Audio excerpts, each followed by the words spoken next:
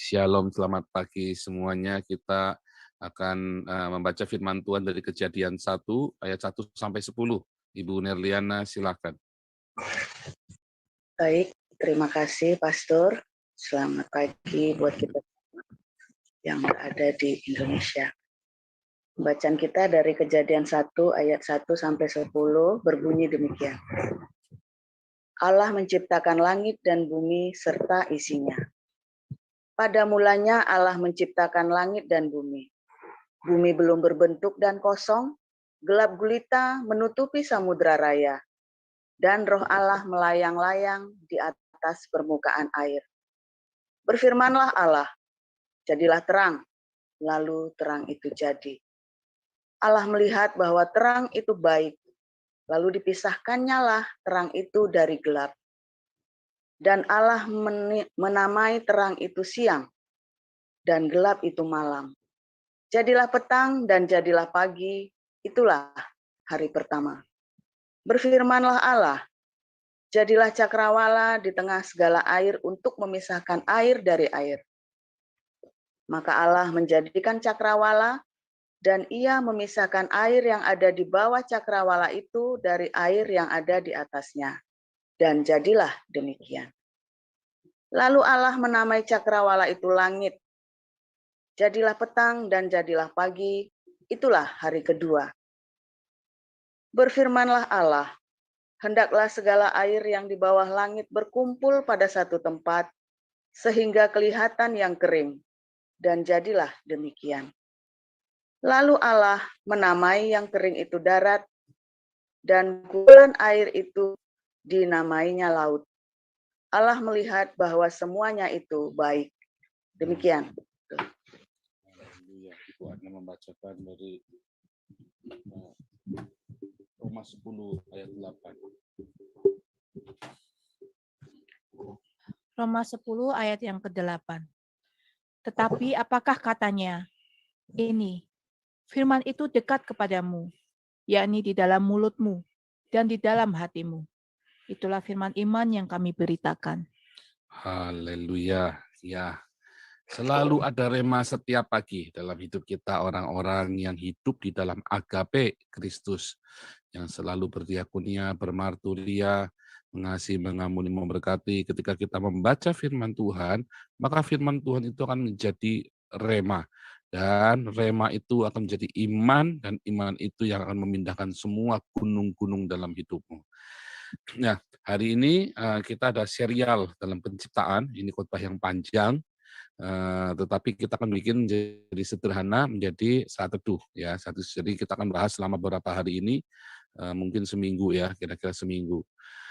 Kita diawali dengan kata pada mulanya Allah menciptakan langit dan bumi. Beresit bara Elohim. Ya, et hasyamayim wayet haaretz. Itu dimulai dari kata itu. Nah, sebenarnya Kejadian 1 ayat 1 sampai 3 ini sudah sudah sering saya ajarkan. Yang belum adalah sisanya ya dari ayat 4 sampai ayat 31. Namun sebelum kita masuk ke dalam penciptaan hari pertama, hari kedua dan seterusnya ya, maka kita akan masuk dulu pada mulanya dulu. Nah, dikatakan di situ pada mulanya. Kenapa nggak dibilang hari pertama? Kenapa pada mulanya itu tidak bilang hari pertama? Jelas karena belum ada terang dan gelap di situ. Ya, tidak dipisahkan antara terang gelap. Baru ada namanya yom atau hari itu ketika ada terang dan gelap, pemisahan terang dan gelap. Karena yom itu adalah ketika terang itu mulai dan terang itu tenggelam di dalam gelap, atau ketika matahari terbit atau matahari tenggelam. Tetapi kalau kita lihat ya, hari pertama itu yang diciptakan bukan matahari. Jadi yom itu tidak tergantung matahari ternyata, tapi dari terang dan gelap, pergantian terang dengan gelap itu. Nah, di awal dikatakan pada mulanya alam menciptakan langit dan bumi. Langit dan bumi atau hasyam mayim dan haaretz ini ternyata ya itu bukan langit yang kita lihat, alam jasmania langit, karena tidak ada ciptaan bernama langit. Nggak ada ya. Nggak ada ciptaan bernama langit. Anda mau cari benda yang namanya langit itu apa? Nggak ada. Karena tidak berwujud, tidak berpangkal, dan tidak berbentuk langit itu. Nah, itulah alam yang dimaksud adalah alam rohaniah, ya. Alam ciptakan Hasyamayim. Ketika di dalam Yesaya 66 ayat 1 dikatakan langit adalah tahtaku, ya. Itu yang dimaksud adalah dunia rohani. Bumi adalah tumpuan kakiku. Carilah perkara-perkara di atas. Ya, artinya di atas yang rohaniah, bukan yang di bawah, yang jasmania. Jadi orang Yahudi memahami kata Hasyamayim dan Haaretz itu bukan sebuah benda fisik dan benda fisika yang namanya langit dan bumi, planet bumi, bukan. Karena planet bumi nanti baru ada di ayat-ayat yang berikutnya. Saat itu, pada mulanya alam menciptakan langit dan bumi itu yang dimaksud adalah ada alam rohani dan yang jasmani. Sebelum ada kejadian 1 ayat 1, itu cuma ada alfa, yaitu Yehova Elohim sendiri. Akulah alfa dan omega. Jadi sebelumnya nggak ada. Itulah sebabnya kalau membaca Wahyu 3 ayat 21 itu, ya Yesus adalah permulaan dari segala ciptaan, bukan Yesus adalah ciptaan yang pertama, bukan, kebalik ya. Karena kata NRK di situ itu sama dengan kata yang di Kejadian 1 ayat 1 dalam bahasa Septuaginta, yaitu kitab Perjanjian Lama berbahasa Yunani, NRK. Ya, NRK pada mulanya, dan Yesus adalah NRK itu. Yesus adalah pada mulanya adalah alfa. Yesus adalah alfa itu. Ya, Yesus adalah permulaan. Dia adalah permulaan dari segala ciptaan yang ada ini. Yesus adalah permulaan. Dia adalah awalnya, NRK-nya. Dia adalah alfanya. Begitu yang dimaksud ya. Jadi Anda jangan kejebak dengan kata di situ ciptaan yang pertama. Berarti Yesus ciptaan dong. Nah, itu salah itu ya. Enggak begitu. Cuman kita nggak mau masuk ke sana. Nah, kalau Anda melihat ya kata yang jasmani dan yang rohani. Saat itu maka ada alam jasmani, ada alam rohani. Nah, ketika kita masuk ke ayat yang kedua ya, bumi belum berbentuk dan kosong. Ternyata terjemahan aslinya itu dari kata hayatah, ada kata hayatah. Hayatah itu artinya adalah hayatah haaretz, hayatah tohu wa buhu wa qasir albanatahum. Artinya apa? Bumi menjadi tidak berbentuk. Artinya apa? Dari yang bagus menjadi tidak berbentuk. Alam jasmani dari yang indah, yang diciptakan Allah itu indah. Tapi kemudian menjadi tidak berbentuk. Nah, di dalam tradisi rabbini, antara Kejadian 1 ayat 1 dengan Kejadian 1 ayat 2, ternyata ada sisipannya tuh, ada ceritanya yang ada di Yesaya 14 ayat 12. Kita nggak perlu buka, yaitu kejatuhan iblis. Mengapa iblis bisa jatuh? Dulu pernah kita bahas, cari video kita yang Al-Fajar, judulnya Halel. Karena ada yang ingin, yang bangga, yang memandang dirinya tinggi, ya itu Halel. Seharusnya segala kemuliaan itu bagi El Yehova, tetapi Haleluya itu kan, Haleluya kan Hail El Yehova. Tetapi karena dia menikmati, harusnya Hail El-nya kepada Yehova, tapi dia nikmati sendiri. Ya Anda, kita semua yang menikmati pujian, ya keren kamu ini memang hebat sekarang. Terus, oh ya aku memang hebat, Anda bangga dengan diri sendiri. Itu Anda jadi Hail El. Ketika Anda bangga, dikagumi oleh banyak orang, Anda senang karena banyak orang kagum, ya maka Anda sedang jadi Hail El dan siap-siap jatuh. Karena di Kejadian 1 ayat 2 itu, Haaretz, alam jasmaniah kita ini, daging kita ini, itu memang lemah dengan pujian. Ya begitu dipuji, itu jatuh. Ya kayak orang Jawa itu kan, huruf Jawa itu kalau dipanggon mati. Hati-hati. Ya hati-hati, jangan pernah menikmati pujian dari manusia. Begitu ada orang puji kamu, tolak. Dia bilang segala tolaknya bukan, iblis aku tengking kamu, jangan begitu. Jangan, nanti orangnya juga, dia kan tulus memuji Anda. Anda jawabnya apa? Soli Deo Gloria, segala pujian bagi Tuhan Yesus. Segala kemuliaan, haleluya, segala kemuliaan bagi Tuhan. Jangan kau nikmati sendiri itu pujian. Dan begitu dia berlebihan memujimu, kamu harus bilang, stop, jangan diteruskan, nanti saya berdosa. Karena segala kemuliaan hanya bagi Tuhan. Anda harus berani bilang begitu. Tolak pujian, itu bukan milikmu. Karena puji-pujian itu bukan milik kita. Ya, karena segala puji-pujian, segala kehormatan, segala kekaguman itu hanya miliknya Tuhan Yesus. Begitu Anda nikmati sedikit saja saat itu, haaretz hayatah, ya hidupmu akan menjadi tohu wabohu wakosek alpanetehum. Akan menjadi, kamu menikmati tadi ya vanity, di dalam vanity itu nanti ada kesia-siaan. Di dalam kesia-siaan ada kegelapan. Dan kegelapan yang dalam sekali. Karena engkau tidak mau keluar, tidak mau berhenti menikmati pujian itu. Ya, jadi hati-hati. Ingat, Tuhan membuat satu ketika di awalnya ada jasmani dan rohani. Dan di alam jasmani ini, daging kita ini lemah. Yesus berkata, roh penurut tapi daging lemah. Ketika Anda lemah, hati-hati, karena kita tahu daging kita lemah. Begitu dengar pujian, jangan kau nikmati. Bilang soli deo gloria, segala kemuliaan bagi Tuhan Yesus. Anda bilang, Tuhan Yesus baik ya. Begitu orang puji saudara bilang, ya Tuhan Yesus baik ya. Selalu bilang Tuhan Yesus baik. Begitu orang-orang itu berlebihan memujimu, mengagumimu, bilang, stop, stop, jangan pernah kagumi saya. Kagumi hanya Tuhan Yesus. Anda harus bilang begitu. Itulah kita menolak. Kita tolak yang bukan milik kita, yaitu apa? Pujian. Itu miliknya Tuhan Yesus. Sebab ketika kita menikmati, hidup kita akan masuk dalam kesia-siaan, masuk dalam kegelapan, dan kegelapan. Dan kalau kita hidup di dalam kegelapan, ya maka semuanya gelap. Kita nabrak-nabrak, walaupun kita di jalan tol, nabrak-nabrak di dalam kegelapan itu. Ya, Anda kelihatannya semua segala sesuatunya baik-baik saja, tapi Anda sedang dalam kegelapan, dan hidup di dalam kegelapan itu nggak enak. Hidupmu hancur, hidupmu rusak, ya kan? Tohu wabohu wakosek alpan itu kacau balau, ya kan? Ya, kegelapan menutupi samudera raya, ya. Tohu wabohu wakosek alpanetehum, ya. Dan di dalam kegelapan itu ada banyak sekali bencana-bencana, masalah-masalah dalam hidupmu. Anda amati, ya, saya amati hidup saya sendiri.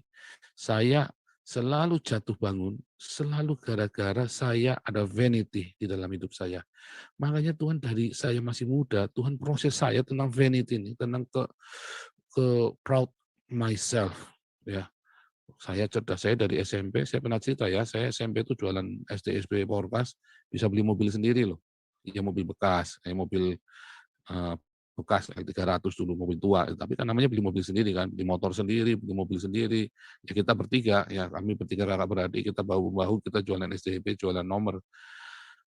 Tapi kan kita proud, saya proud, saya bisa, saya menjadi keras kepala, saya mulai terus begitu. Terus saya bertobat, sisa-sisa proud itu tetap ada.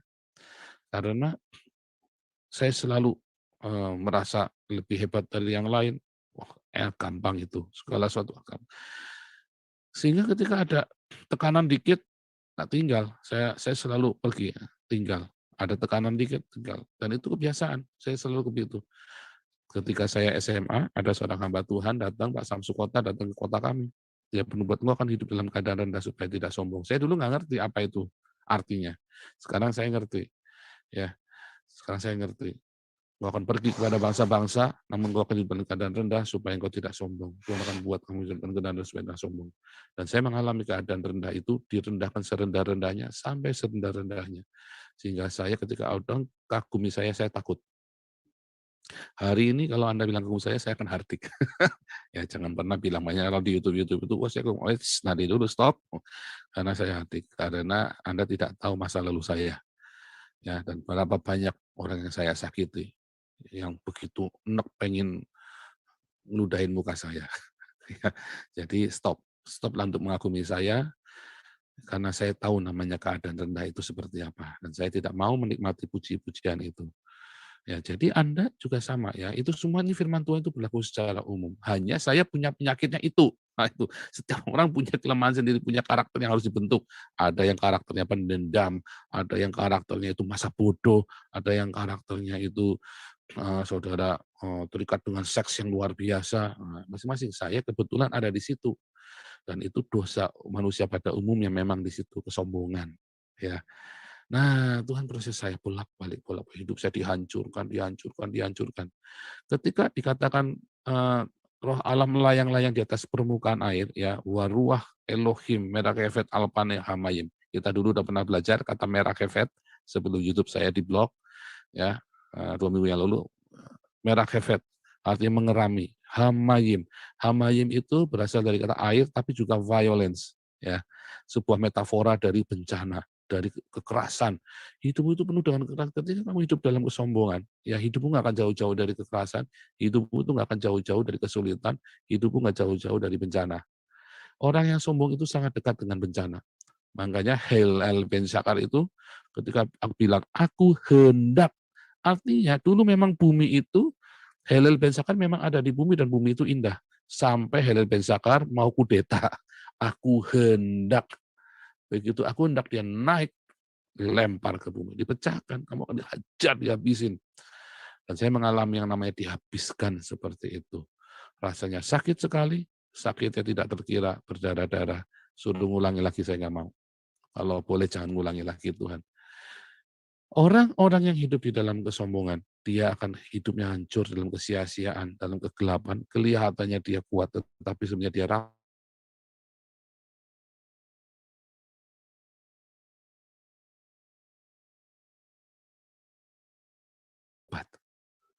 Minta teriak, supaya Roh Kudus itu menerangi hidupmu kembali. Supaya Roh Kudus itu kembali menaungi hidupmu dari hidupmu yang hancur. Nggak heran hidupmu sekarang hancur. Lihat, Anda sekarang yang hidupnya dalam kehancuran, ya jatuh bangun. Ya kok Tuhan setiap kali mau jadi, nggak jadi lagi, setiap kali mau naik hancur lagi, mau naik hancur lagi. Anda sebagian besar, saya tidak akan menghakimi saudara, minta maaf, tetapi sebagian besar masalahmu itu karena kesombongan. Orang yang hidup di situ ya, itu sebagian besar karena kesombongan. Memang nanti ada lagi karena perzinahan. Ya, ada 2 hal ini yang bikin kita miskin. 2 hal ini ya. Kesombongan membuat kau tuh jatuh bangun. Ya, kesombongan itu. Naik, jatuh, naik, jatuh, naik, jatuh. Udah mau puncak jatuh lagi. Berapa banyak sudah ngalamin itu. Sampai karaktermu dihabiskan, sampai kau bisa rendah hati, nanti kau bisa stabil hidupmu. Kedua, perzinahan. Kalau engkau miskin terus, ya sial terus, itu ada perzinahan dalam hidupmu. Ya, ya nanti tentang perzinahan kapan-kapan kita bahas, tapi kita lagi cerita tentang kesombongan dulu ini. Jadi banyak orang saat ini hidupnya di bawah. Ya kemarin saya sudah kasihkan tentang prinsip bro, ini prinsip, salah. Yang benar adalah lakukan firman Tuhan. Prinsip dalam hidup kita haruslah hanya firman Tuhan. Ini prinsip keluarga saya. Salah, saya tidak menghina keluargamu, tetapi banyak prinsip-prinsip manusia yang sia-sia. Hiduplah menurut firman Tuhan, ya nanti Tuhan akan bilang kamu berbahagia. Berbahagialah orang yang dianiaya karena kebenaran. Bukan karena prinsipmu sendiri, bukan. Prinsipmu sendiri itu tidak menyelamatkanmu, tapi kebenaran firman Tuhan yang menyelamatkanmu. Nah, kesombongan itu yang menghancurkan hidup kita karena prinsip-prinsip tadi yang kita anut, yang kita merasa mulia. Nah, kesombongan, keangkuhan karena kita punya tradisi, ya ini tradisi kami orang Cina memang harus begini. Siapa bilang? Siapa bilang kamu bilang orang Cina itu bagus? Ini kami ini orang Batak, ini kami orang Jawa, ini prinsip orang Jawa ini begini. Jangan kau pertahankan prinsip yang bukan dari firman Tuhan. Bukan berarti kau kemudian tidak menghargai budayamu, bukan. Kekristenan itu sangat masuk di dalam berbagai budaya. Anda bisa menjadi pengikut Kristus tanpa harus meninggalkan agama. Saya selalu bilang saya Konghucu, ya, dan saya bangga dengan Konfusius saya. Artinya bangga bukan bangga sombong, tetapi saya senang. Saya ikut ajaran Konfusius. Tetapi saya punya Yesus. Ada tridharma dalam Konfusius. Dharma kepada Tuhan, dharma kepada orang tua, dharma kepada negara. Dan saya lakukan ketiga-tiganya di dalam Yesus Kristus. Dan tidak ada hukum di dalam Alkitab yang menentang itu atau sebaliknya. Ya, karena Tuhan saya bukan Kuan Kong, Tuhan saya bukan Kuan Im, Tuhan saya Yesus. Dan itu namanya dharma kepada Tuhan. Itulah ajaran budaya Tionghoa, Konfusius. Jadi saya bilang saya orang Tionghoa, saya budaya. Tapi orang Jawa juga boleh. Saya orang Jawa, saya bangga dengan budaya Jawa. Boleh. Saya senang dengan budaya Jawa karena kekristenan tidak menghilangkan budayamu. Yang tidak boleh, kamu pertahankan prinsip-prinsip yang tidak alkitabiah, kamu pertahankan mati-matian. Ya karena kebanggaanmu akan Tionghoa, saya orang Tionghoa merasa lebih tinggi dari yang lain. Siapa bilang? Kita ini semua sama. Saya ini orang Tionghoa, hidup saya rasanya lebih mulia. Salah. Itu prinsip-prinsip yang konyol. Sehingga kalau saya melihat orang yang ras di luar saya memandang dengan rendah. Itu prinsip kita tidak boleh menjadi karyawan dari orang yang bukan orang Tionghoa. Ya, kalau mau jadi karyawannya harus di atasnya, yaitu orang-orang bule. Oh, itu sempat meracuni saya ya dulu ya, sempat meracuni saya loh, pemandangan itu, karena ada di lingkungan. Nah, wah Tuhan ajar saya, Tuhan bikin saya bertobat itu. Saya baru melihat, ternyata Tuhan pakai siapa saja, bisa pakai siapa saja. Ya, jadi jangan ada orang merasa rasanya lebih tinggi atau golongannya dia lebih tinggi, marganya lebih hebat dari orang lain. Oh jangan. Hati-hati Tuhan hancurkan kamu kesombonganmu. Marga kita ini marga yang hebat. Kamu tidak boleh kawin sama orang sana. Tidak boleh nikah. Bibit, bebet, bobot. Hati-hati nanti kamu repot nanti. Ya, bibit, bebet, bobot nanti kamu ada repot. Cari Tuhan. Cari kehendak Tuhan. Nah, jadi jangan pertahankan kesombongan itu. Kesombongan tadi saya bilang kesombongan pribadi. Kedua, kesombongan golongan tadi ya, barusan tadi. Itu adalah kesombongan-kesombongan. Nah, ketika itu kesombongan di dalam apa? Di dalam beragama. Satu, kesombongan pribadi, hati-hati. Kedua, kesombongan golongan, hati-hati. Ras ya, hati-hati. Itu juga kesombongan, artinya dihancurkan nanti. Ketiga adalah kesombongan di dalam beragama. Ya, jangan orang merasa lebih saleh dari yang lain, lebih suci dari yang lain. Sebab ketika dia merasa lebih saleh dari yang lain, kita ingat orang Farisi datang ke bait suci, pemungut cukai datang ke bait suci, yang pemungut cukai dia datang menyesali dosa-dosanya, dan dia masih jadi pemungut cukai karena memang nggak punya kerjaan lain, atau yang pelacur masih tetap melacur, orang-orang yang masih jadi rentenir karena nggak punya kerjaan lain. Sementara si orang Farisi, orang yang saleh, orang yang beragama ini dia bangga. Saya bangga dengan kesalehan saya. Dan Tuhan Yesus bilang apa? Doanya orang Farisi tidak diterima, doanya si pemungut cukai ini diterima. Termasuk si rentenir, si pelacur, termasuk Anda dan saya yang merasa, Tuhan, aku ini orang berdosa, tolongi aku. Tapi justru orang-orang yang merasa saleh, nggak butuh Tuhan. Makanya Tuhan Yesus bilang apa? Hanya orang sakit yang butuh dokter. Orang sehat nggak butuh dokter. Kalau kamu sakit tapi ngerasa sehat, ya nggak butuh dokter. Padahal kamu sakit tapi kamu rasanya sehat. Lagu, ya kan? Padahal sakit. Kamu tuh miskin tapi ngaku-ngaku, oh, ya kan? Kamu tuh miskin telanjang kata Tuhan. Tapi kamu berasa kaya. Banyak ya, makanya berbahagialah orang yang miskin di hadapan Allah. Ya kan? Nah, karena kita ini banyak sekali dalam hidup kita menganggap ya diri kita ini hebat. Berpikir positif berbeda dengan menganggap dirimu hebat. Ya, apalagi di dalam kesalehanmu. Kita semua ini bukan siapa-siapa, bahkan pendeta, bahkan mau ketua PGI, mau apa. Waduh, kadang-kadang saya sering melihat imannya ibu-ibu yang ada di pasar, orang Kristen ini, anak Tuhan yang di pasar ini. Dulu saya pernah cerita ya, ada seorang ibu, bukan pendeta, nggak pernah sekolah teologi ya, nggak tahu yang namanya sandalawas. Imannya sederhana sekali, karena dia tidak boleh ke gereja. Ke gerejanya curi-curi. Tetapi imannya sederhana, simpel dia. Tiap hari dia berkatin orang-orang di pasar, dia punya toko obat, ya kan? Dia berkati orang-orang di pasar itu. Dia selalu berkata, ya puji Tuhan, haleluya, sembuh ya ibu ya. Kadang-kadang kalau ada orang yang sakit, dia tahu ibu-ibu simbok-simbok pasar nggak punya uang, dia kasih obat gratis, racikan itu, sembuh. Banyak yang sembuh, kalau lama nggak datang, didatengin rumahnya. Akhirnya banyak simbok-simbok di pasar ini bertobat terima Yesus melalui hidup ini. Karyawannya pun semua terima Yesus melihat kebaikan si ibu ini. Bukan penginjil, bukan pendeta, bukan aktivis gereja, nggak kenal sandalawas lama-lama ambas kuraba basah. Enggak. Tapi imannya menyelamatkan orang di sekitarnya, dan imannya menyelamatkan anak-anaknya, dan akhirnya 20 tahun kemudian suaminya sujud nyembah, ampuni aku mami. Karena suami itu jahat sekali ya ceritanya ya. Bertobat ya ibu ini. Saya lihat dengan mata kepala saya sendiri prosesnya hidup ini, dan ini menjadi inspirasi saya. Saya bilang, ternyata pendeta tidak jaminan, ketua PGI tidak jaminan. Ternyata bahkan Romo, Paus pun tidak jaminan. Jangan bilang jaminan, tapi kesederhanaan imanmu.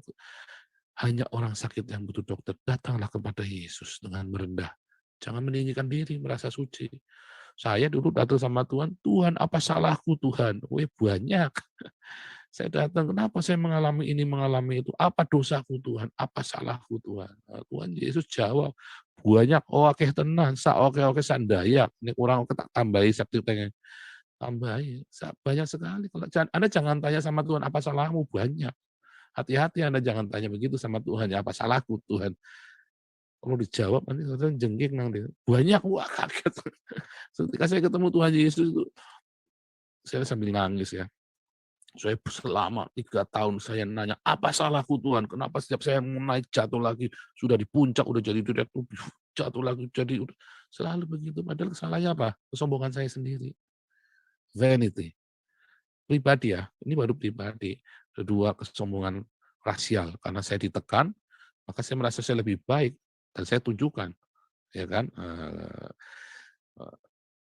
Tetapi kesombongan pribadi, kesombongan rahasia itu semua nggak berguna. Dan Tuhan tunjukkan lagi. Ketika kesombongan dalam beragama. Oh saya pendeta Tuhan, saya muda, saya dari kecil sudah penginjilan. Apa salahku Tuhan? Ketika saya ketemu Tuhan Yesus, nggak pakai dijawab banyak. Tuhan Yesus nggak bilang banyak, nggak bilang begitu. Cuman saya langsung nangis, saya tahu dosa saya banyak banget. Ada di video saya, perjumpaan dengan Yesus. Saya cerita, wah itu saya cuma bisa, ya saya tahu saya orang berdosa. Jadi kalau ditanya dosa saya apa? Jangan tanya sama Tuhan, dosa saya apa? Banyak. Dan itu sudah ditebus sama Tuhan. Jadi jangan pernah nanya ya, apa salahku Tuhan? Ini salah banyak. Tapi Tuhan, apa yang harus aku lakukan? Ubah ya sikap hati kita ya. Sikap hati kita bukan nantang apa salahku, tetapi tanya, apa yang harus aku lakukan Tuhan? Bagaimana aku merespon ini? Gitu ya. Jadi kesombongan beragama, 3 kesombongan ini membuat menghancurkan hidupmu. Engkau datang sama Roh Kudus dan Roh Kudus akan meliputi hidupmu, melingkupi hidupmu. Ya kan? Lingkupiku dengan sayapmu, naungiku dalam kuasamu. Karena badai itu menerpa hidupmu, karena kesombonganmu, karena dosa-dosa kita, pelanggaran kita. Jadi kalau hari ini yang ada saudara lagi dalam keterpurukan, datang sama Tuhan dengan kerendah hati, lingkupiku, merah hefet itulah ya, lingkupiku, dengan sayapmu, naungiku dalam kuasamu, di saat badai bergelora. Tuhan Yesus tolong aku Tuhan di tengah badai. Badai bergelora ya ketika ada hamayim, violence, bencana dalam hidupmu. Saya tahu takutnya seperti apa. Saya tahu rasanya takutnya seperti apa. Malam tidur nggak bisa, begitu bangun bisa tidur pun bangun tidur gemetar, bangun pun gemetar, saudaraku. Saya tahu rasanya itu dulu ya, ketika saya tinggalkan Tuhan. Terus sekarang saya akan takut, bukan nantang, nggak takut. Tapi dulu saya tahu rasanya takut, saya tahu rasanya takut gemetar. Saya pernah alami itu ketika saya tinggalkan Tuhan dan saya melakukan banyak sekali kebejatan-kebejatan. Saya sakiti banyak orang. Saya tahu rasanya gemetar, saya tahu rasanya takut. Kelihatannya garang, kelihatannya backingannya hebat-hebat, kelihatannya. Tetapi brengsek, tetapi hati mah tiap hari gemetar, sudah deg-deg gitu. Dok itu tangannya, sampai kalau saya lagi tiba-tiba los gitu ya, penggigil saya. Saking takutnya. Saudara ngalami itu enggak? Datang sama Tuhan. Lingkupiku dengan sayapmu, biar Roh Kudus itu mengerami hidupmu. Ya, waruah Elohim, merah hefet alpane hamayim. Dan nanti saudara akan dengar, tiba-tiba ada satu firman. Yehi or, wa yehi or. Jadilah terang, maka terang itu jadi. Ketika sudah cukup waktunya, Anda datang sama Tuhan, itu nanti masalah akan selesai sendiri. Yang penting Anda datang mepet sama Tuhan. Lewati bersama dengan Tuhan.